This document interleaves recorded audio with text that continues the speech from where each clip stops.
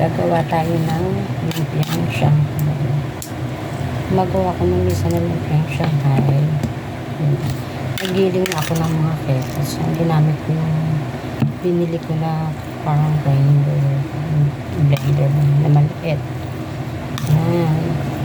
Yan. Para pag gusto nilang kumain. Kasi minsan pagdating ng hapon, pumunta kami bumili ng ulam po. Ano lang yung natira namin sa tanghali. Yun na yun yung ulam namin.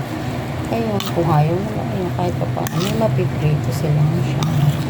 Kaya yung mga ano po kasi, marunong na sila pag nagutom sila. Basta meron kang pagkain. Naluluto ko.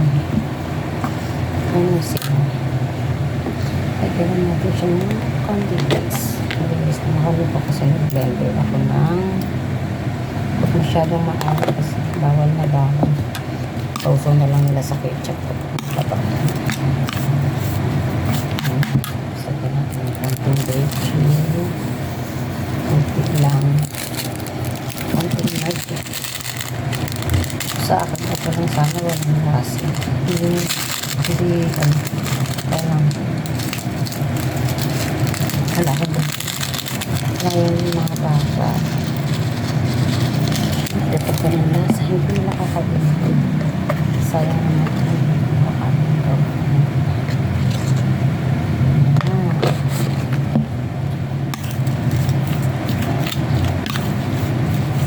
mamaya yan papaanin ko lang yung ano yan bago ko babalutin.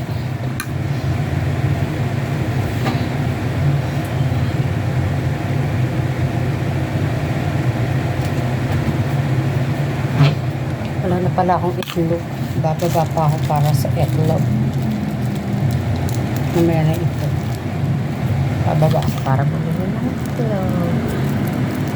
Harina para mabuo. Kala ko may itlog pa ako. Sabi wala na pala. Kaya minsan nag-i-stack ako ng nag-i-stack na ako kasi ang hirap ko na ba. Nandito ako sa TikTok. Sa taas. Ay, diba? Sobrang hirap pa yung pumunta kapag nasa taas.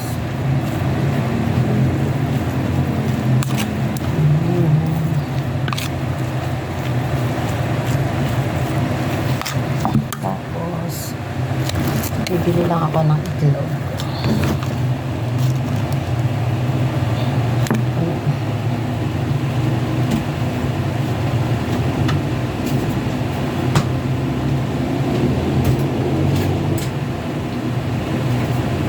Tapos, aad-aran natin siya ng keso. Masarap kasi ito. Bukod ko sa aad-aran ko ng aad-aran ko siya ng cheese kasi masarap pampalasa. Diba? Hindi ako nakalagay yung itlog kasi nalimutan. Pagkatapos ko itong tiplahan, bababa ako, bibili ako ng egg. Wala. Nalimutan ko si egg.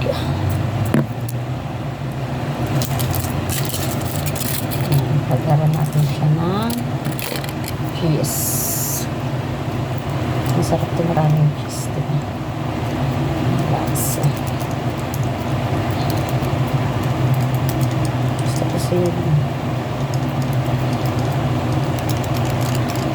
Hindi ko na yung katulad ng iba, diba? Ano, pagbalot ng lumpia, ilalagay nila sa ibabaw yung cheese. Ako hindi. Kasi yung bunso ko, hindi siya ma-cheese. Yung kakainin, malalasahan niya yung cheese talaga na nasa ayaw, hindi siya ma-cheese. Pangako sa bunso ko, yung ibang bata gusto ng cheese. Siya, naku, ayaw talaga.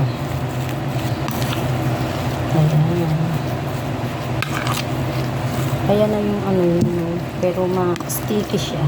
Kasi wala siyang pig. Sige na, bakit na mamaya papakita ko niya pag nagbalot.